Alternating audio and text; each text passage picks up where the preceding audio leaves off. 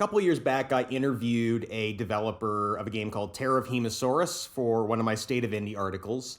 He had a lot to say, most of which did not make it into the final article, but I kept it because it was really kind of an education on this side.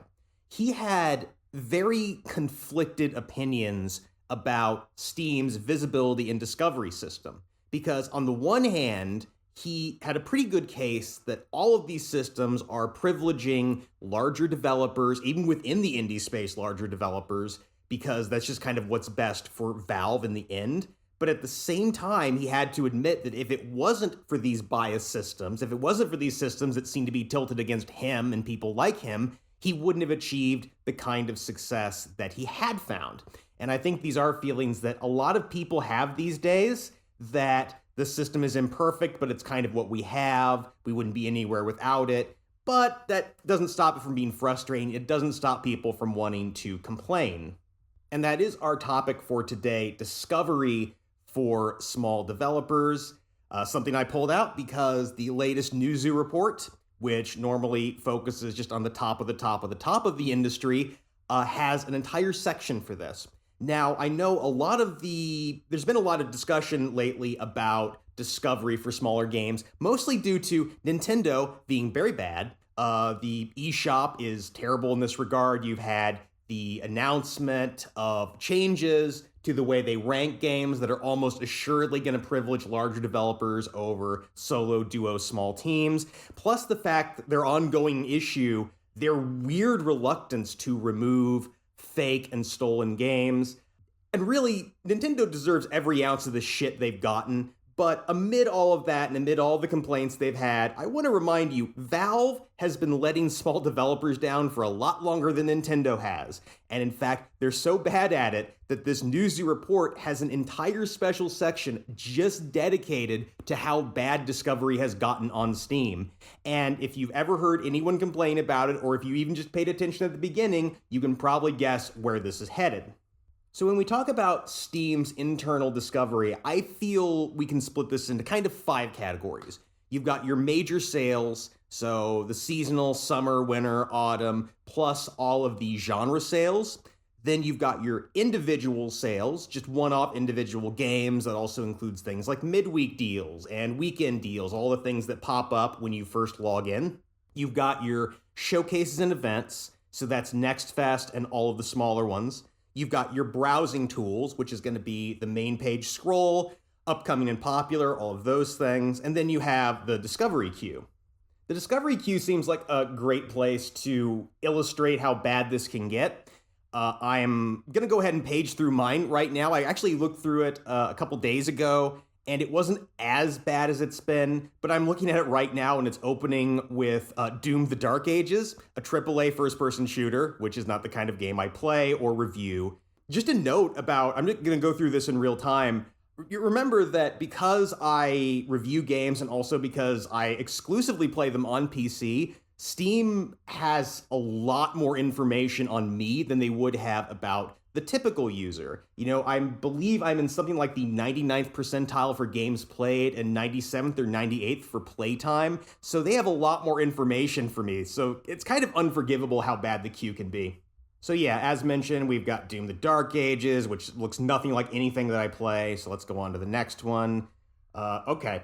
Actually, this one's Cubic Odyssey. That one's actually does look like something I would review. So that one's not so bad. So looks a little Minecrafty, maybe not something I would review, but whatever. Point is, it's an indie game. Oh, it's co-op. Never mind.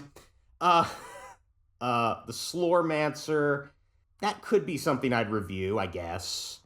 So actually, this one isn't so bad so far. Jack Smith, Time Management. I've probably played a few games like this recently. PGA Tour 2K25. Oh, AAA sports game. Right on point Steam.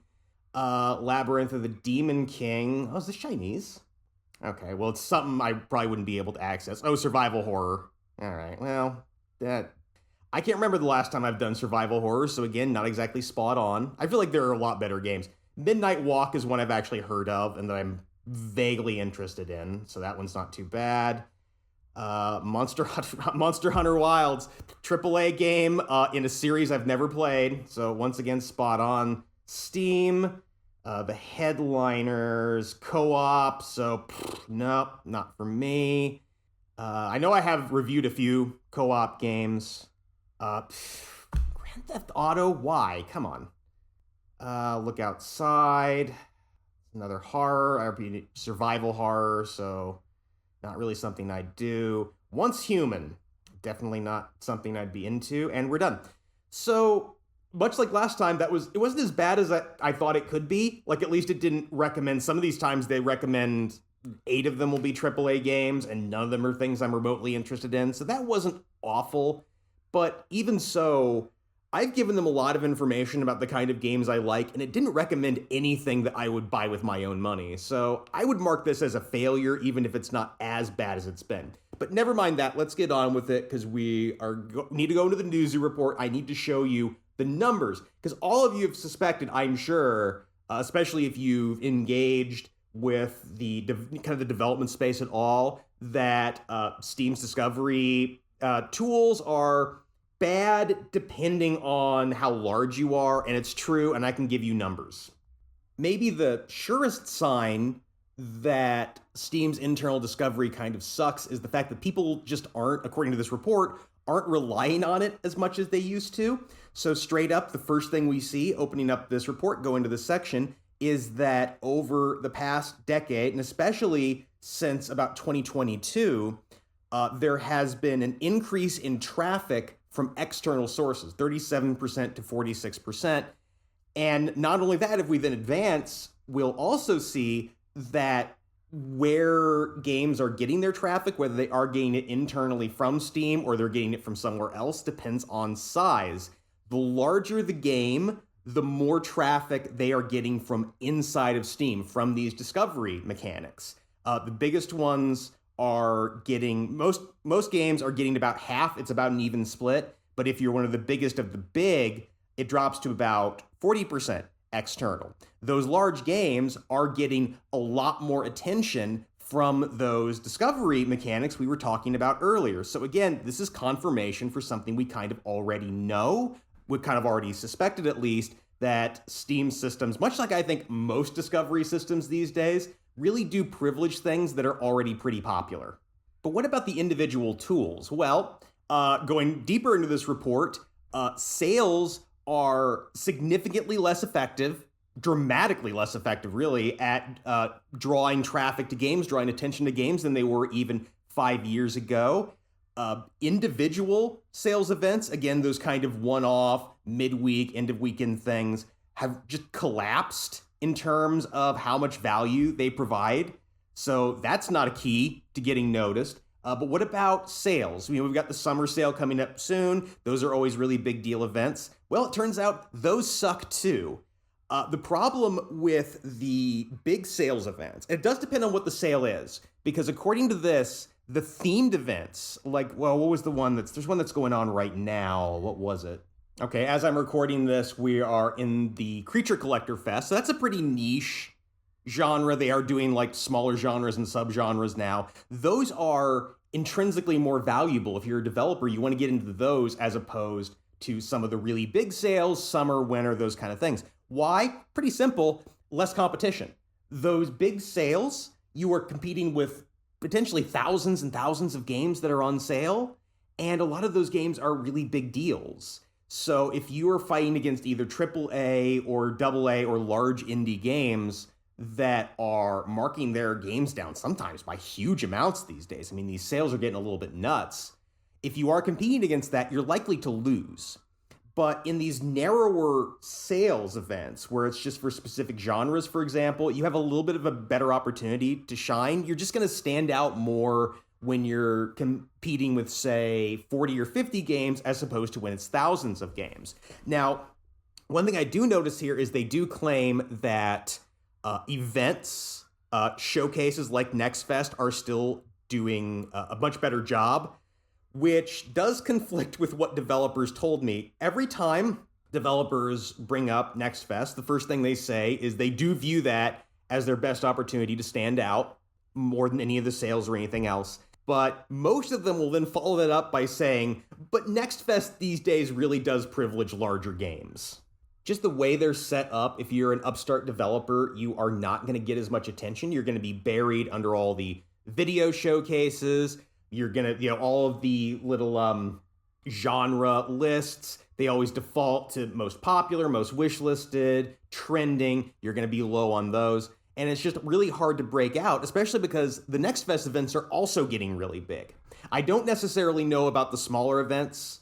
Those might be why, because this doesn't distinguish between Next Fest and some of these like one-off events that private groups do, the ones I used to use for discovery. I actually never found Next Fest all that useful for finding new games. There's just too much garbage there, frankly. But some of these smaller events may be better off for them. That's kind of the impression I've gotten as I've done State of Indie, is as tempted as you are as a developer to go for the absolute biggest thing and reach the biggest audience, it is sometimes better to go with a more focused approach. So what this means is if you are a small developer, you can't rely on Steam to help you. You're just not going to get it. You need Steam at this point. Valve's systems are kind of a force multiplier. You still need to get that momentum. It will enhance that momentum once you have it, but you need to start rolling along first, which is how really a lot of recommendation algorithms work these days, I think. Some of them are a little better at finding small accounts, users, whatever, than others. Steam's kind of suck in this regard. So you need to get a much larger share of that traffic externally. I'm not going to go into what it says in the report about where that external traffic is coming from, because I don't think it's as interesting to us. You can check it out yourself. Ideally, in your head, when you're talking about getting external traffic onto a game you've worked on, you're thinking it's what's known as earned media, that it's, the kind of the dream of the digital democracy and that everyone's spreading around and you're going viral. But really, most of the time it means ads. You're buying ads.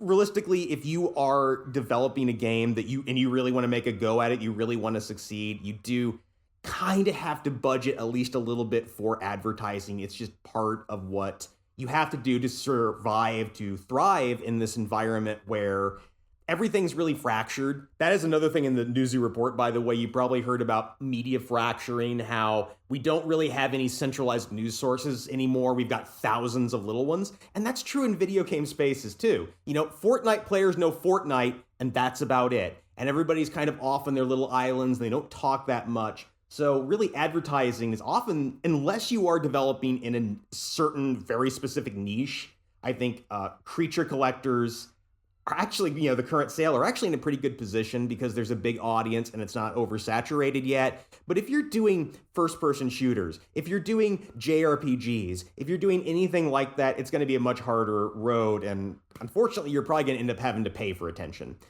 And anyway, that's my take on what Newzoo has to say. The link for this is going to be down in the description, of course. I invite you to read it. If you find anything else in there that I might have missed, please let me know about it.